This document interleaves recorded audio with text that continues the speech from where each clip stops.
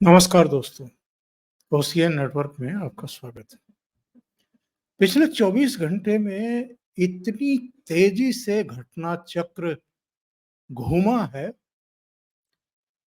जिससे पता चलता है कि अरविंद केजरीवाल को लेकर के अब जांच एजेंसियां बहुत सीरियस हो गई हैं। जिस तरीके से निचली अदालत ने अचानक बिना ईडी की पूरी सुनवाई किए अरविंद केजरीवाल को जमानत दे दी थी, और यदि ईडी अगले 24 घंटे के भीतर उसको हाई कोर्ट में ना ले जाती और निचली अदालत के फैसले को चुनौती ना देती, तो अरविंद केजरीवाल तिहाड़ से बाहर आ गए थे। शुक्रवार को उनको बाहर आना ही था। उसकी पूरी एक तरीके से तैयारी हो गई थी, उल्टी गिनती शुरू हो गई थी। लेकिन हाई कोर्ट ने सुनवाई के बाद निचली अदालत का फैसला स्टे कर दिया, एक तरीके से उस पर रोक लगा दी और अरविंद केजरीवाल को भी तिहाड़ से बाहर आने पर रोक लगा दी।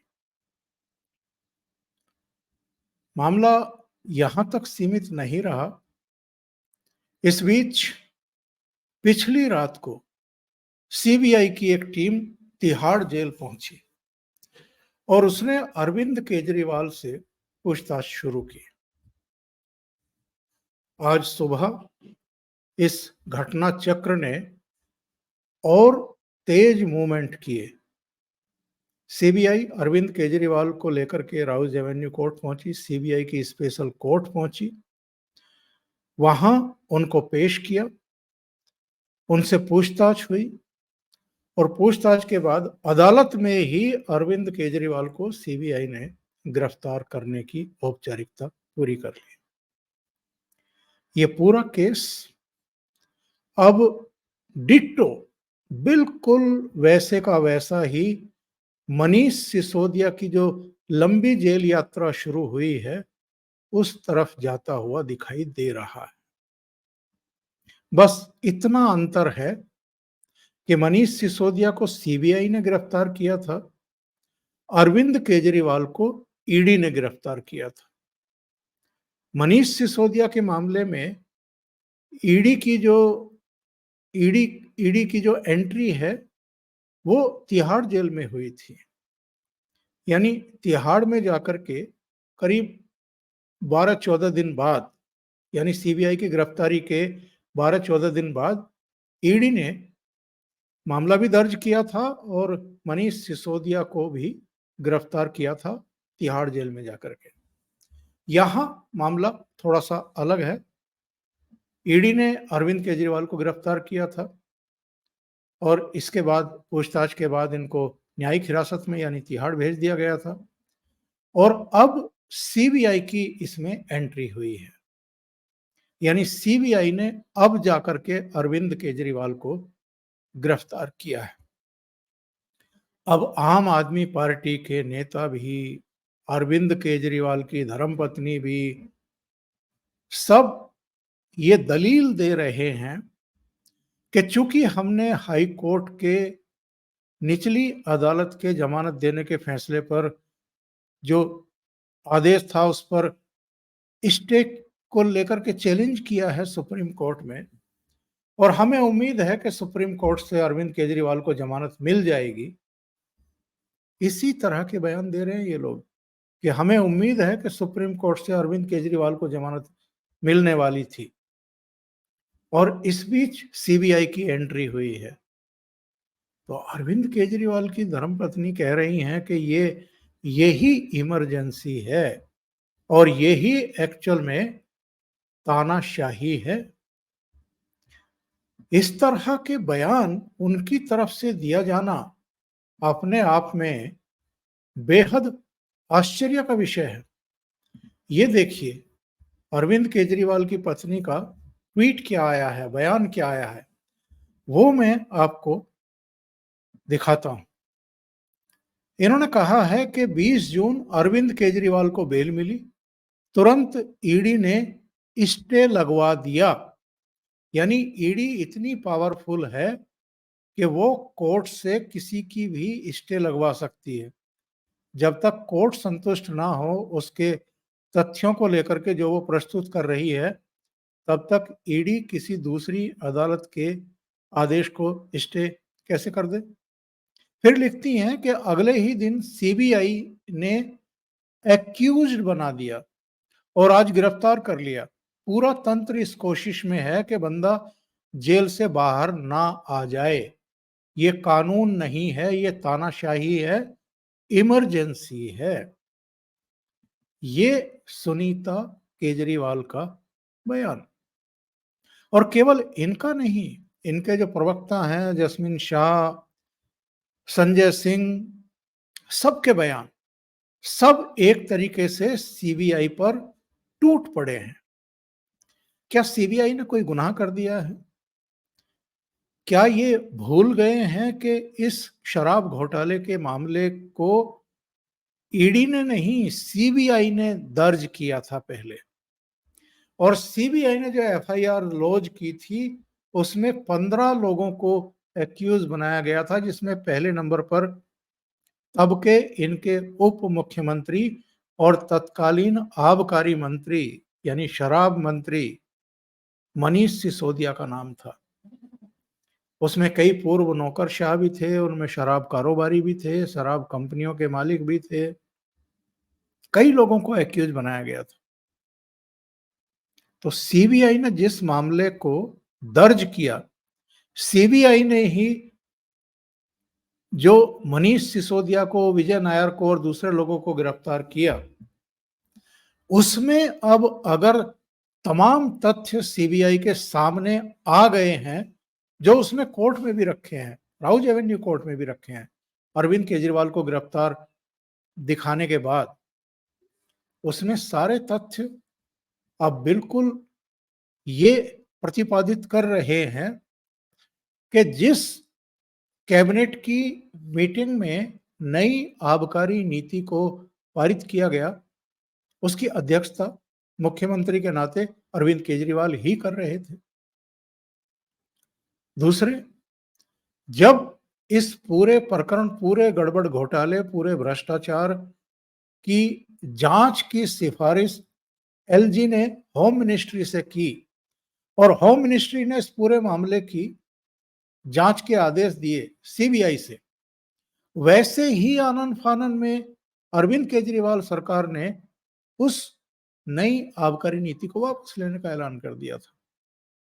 यानी आबकारी नीति बदली भी गई अरविंद केजरीवाल के कहने पर और वापस भी ली गई अरविंद केजरीवाल के कहने पर। बड़ी चालाकी के साथ अरविंद केजरीवाल ये काम करते रहे कि किसी फाइल पर सिग्नेचर नहीं करेंगे, किसी फैसले में अपनी उपस्थिति दर्ज नहीं कराएंगे, लेकिन एज चीफ मिनिस्टर क्या अपनी जवाबदेही और अपनी जिम्मेदारी से बच सकते हैं? और यही सारे पॉइंट्स हैं। इसके अलावा अब तो सीबीआई के पास तमाम गवाहों के बयान हैं। जो अपराध हुआ है उसकी एक पूरी सीरीज है और वो चीख चीख करके सारे सबूत कह रहे हैं कि अरविंद केजरीवाल ने ही एक शराब कारोबारी से के कविता से मिलने के लिए कहा था। के कविता से के कविता ने 50 करोड़ की डिमांड की थी। किसके बेस पर की थी, किसके बल पर की थी? विजय नायर को इन्होंने ही अपना आदमी बता करके साउथ ग्रुप से और दिल्ली में जो एक शराब कारोबारी थे उनसे मीडिएटर बना करके बातचीत करने और मेरे विचार से सौदेबाजी करने के लिए कहा था। वो सारे सीबीआई के पास हैं। हमें एक चीज समझनी होगी, ईडी किन मामलों की जांच करती है और सीबीआई किन मामलों की जांच करती है। ईडी जो है वो आर्थिक अपराध से जुड़े हुए मामलों की जांच पड़ताल करती है, यानी जो मनी लॉन्ड्रिंग के मामले होते हैं उनकी जांच करती है। और सीबीआई जो आपराधिक कृत्य किया गया है यानी नियम, कायदे, कानूनों को तोड़ करके जो अपराध किए गए हैं, उसकी जांच पड़ताल करती है।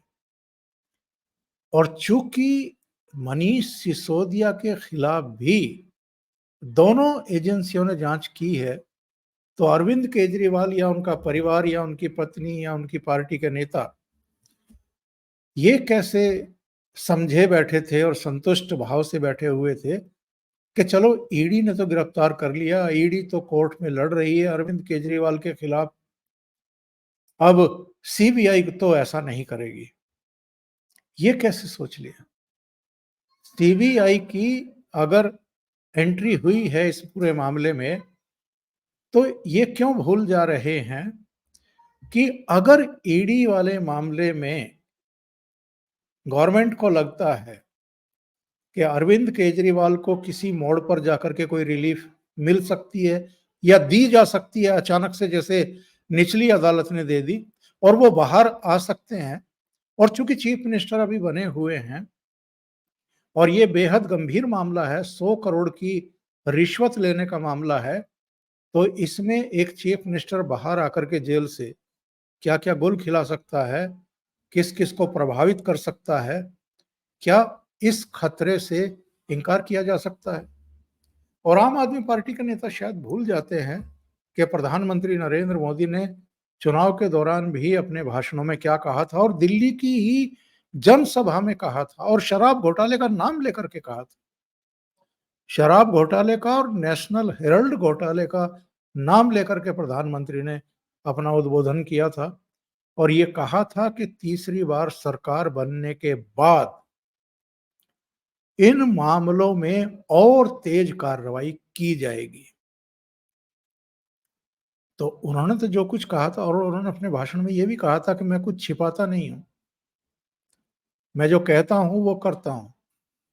तो इस समय अगर सीबीआई की एंट्री इस मामले में हुई है, तो ये समझ लेना चाहिए आम आदमी पार्टी को, अरविंद केजरीवाल को, उनके परिवार को भी, कि ये मामला अब उसी लाइन पर जा रहा है जिस लाइन पर सिसोदिया को आज तक जमानत नहीं मिली है।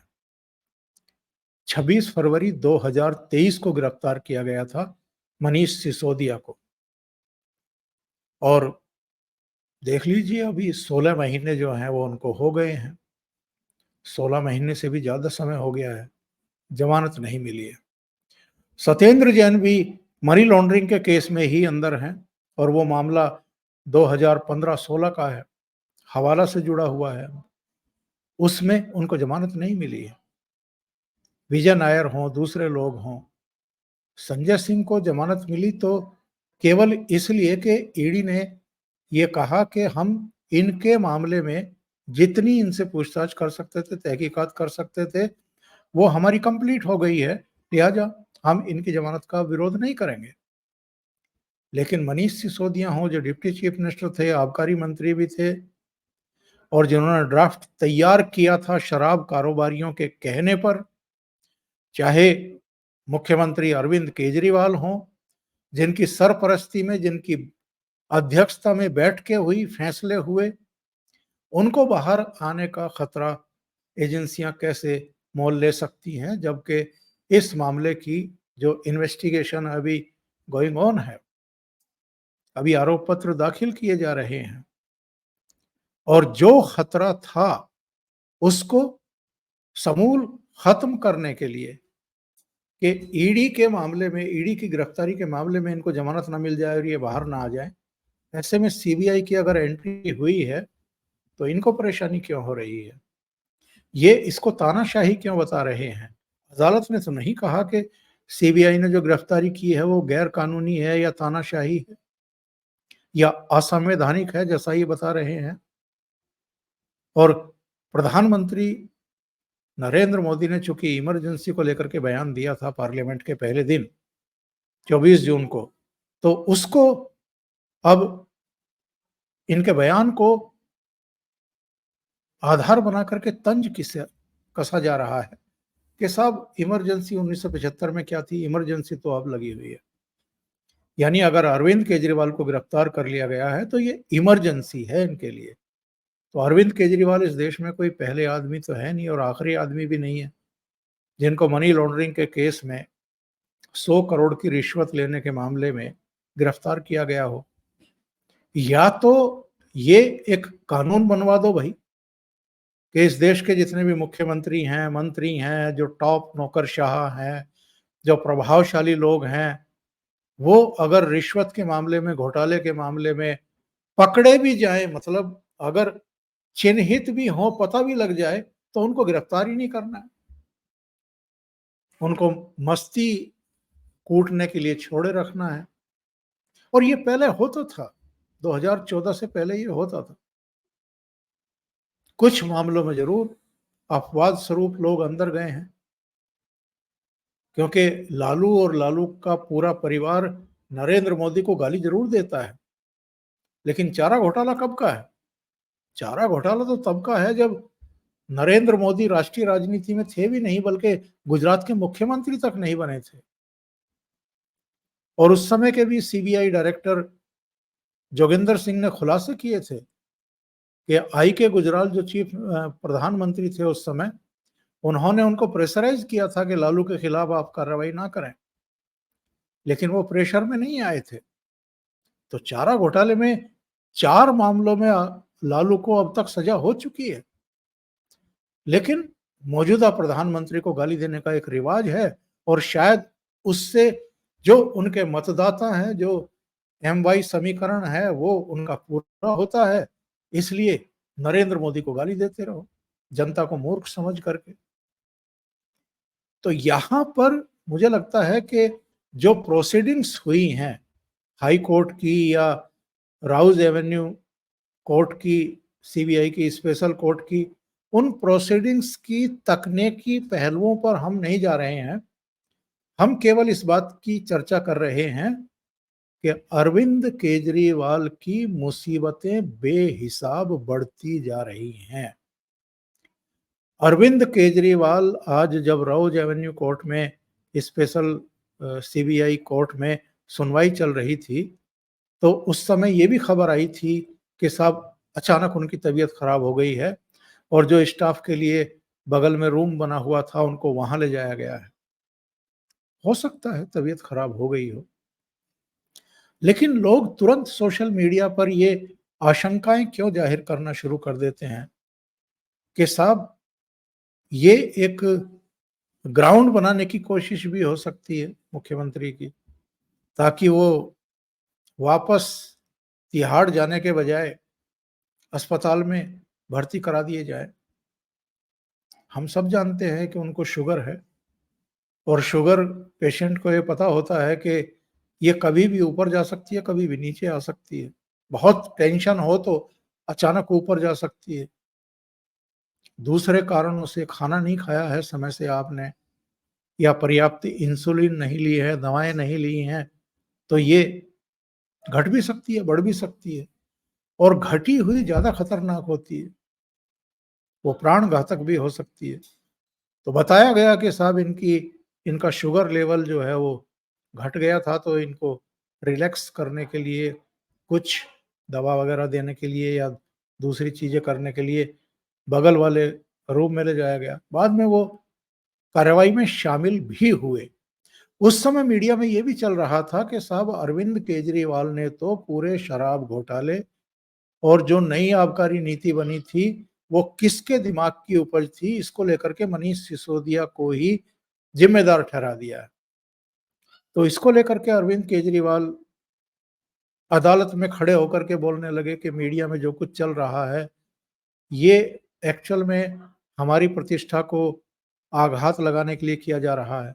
तो जो सीबीआई की तरफ से वकील थे उन्होंने कहा कि जो कुछ चल रहा है वो बिल्कुल ठीक चल रहा है, क्योंकि अरविंद केजरीवाल ने हमारी पूछताछ में ये कहा था कि विजय नायर उनके अंडर में काम नहीं करते थे, यानी केजरीवाल के अंडर में काम नहीं करते थे। वो तो आतिशी मार लेना और मनीष सिसोदिया के अंडर में काम करते थे, मनीष सिसोदिया को वो रिपोर्ट करते थे। तो बहुत सारे तथ्य वहां डिस्कस हुए। हालांकि कोर्ट ने बाद में कहा कि अगर ऑन रिकॉर्ड ये चीजें नहीं हैं और हमारे रिकॉर्ड में भी अगर ये चीज़ें नहीं हैं तो मीडिया में ये चीज़ें नहीं जानी चाहिए। और मीडिया किस तरीके से हेडलाइन बनाता है, कैसे उन चीज़ों को हाइलाइट करता है, इसको लेकर के भी कोर्ट ने टिप्पणी की। लेकिन कुल मिलाकर के मसला ये है कि अरविंद केजरीवाल के भीतर से जो बेचैनी उमड़-घुमड़ रही थी कि मैं किसी भी तरीके से बाहर आ जाऊं, और चूंकि नवंबर-दिसंबर में सारी प्रक्रियाएं शुरू होंगी दिल्ली विधानसभा चुनाव की, और जो फजीहत हुई है लोकसभा चुनाव में, 21 दिन की अंतरिम बेल मिलने के बाद भी कई राज्यों में चुनाव प्रचार करने के बावजूद, road show, press conference, interviews करने के बावजूद कुल मिलाकर के 22 सीटों पर ये लड़े थे, और दिल्ली में, हरियाणा में और गुजरात में तो कांग्रेस के साथ मिलकर के लड़े थे।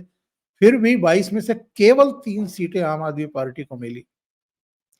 और मैं पहले भी बता चुका कि राजस्थान, मध्य प्रदेश, छत्तीसगढ़ में 205 कैंडिडेट खड़े किए थे इन्होंने विधानसभा चुनाव में, सबकी जमानतें जब्त हुई थी। तो अरविंद केजरीवाल को समझ में आ रहा है कि ये शराब घोटाला तो इनको ले बैठा, इनकी पार्टी को ले बैठा है। तो अगर किसी तरीके से बाहर आ जाएं तो शायद पार्टी को संभालने की कोशिश करें, लोगों को कन्विंस करने की कोशिश करें, नाराज हो रहे लोगों को मनाने की कोशिश करें। पर सीबीआई की एंट्री ने और सीबीआई द्वारा इनको गिरफ्तार कर लिए जाने के बाद अब इनकी मुश्किलें बेहिसाब बढ़ गई हैं। अब केवल मामला ईडी का नहीं है, अब सीबीआई की भी एंट्री हो चुकी है, सीबीआई भी इनको गिरफ्तार कर चुकी है। तो अब इनका बाहर आना बहुत मुश्किल है, असंभव तो कुछ भी नहीं होता है। अभी के लिए इतना ही। बहुत बहुत धन्यवाद। अगर आपको ये चैनल और इसके कंटेंट पसंद आ रहे हैं तो लाइक करें, कमेंट करें, वीडियो को शेयर भी करें। अभी तक अगर आपने ये चैनल सब्सक्राइब नहीं किया है तो सब्सक्राइब कर लें, और साथ में लगे बेल आइकॉन को दबाना ना भूलें, ताकि आगे आने वाले वीडियो और उनके नोटिफिकेशन आप तक पहुंचते रहें। आप अगर चैनल को कंट्रीब्यूट करना चाहते हैं तो नीचे लिंक दिए हुए हैं, वहां जाकर के आप कंट्रीब्यूट कर सकते हैं। बहुत बहुत धन्यवाद। नमस्कार।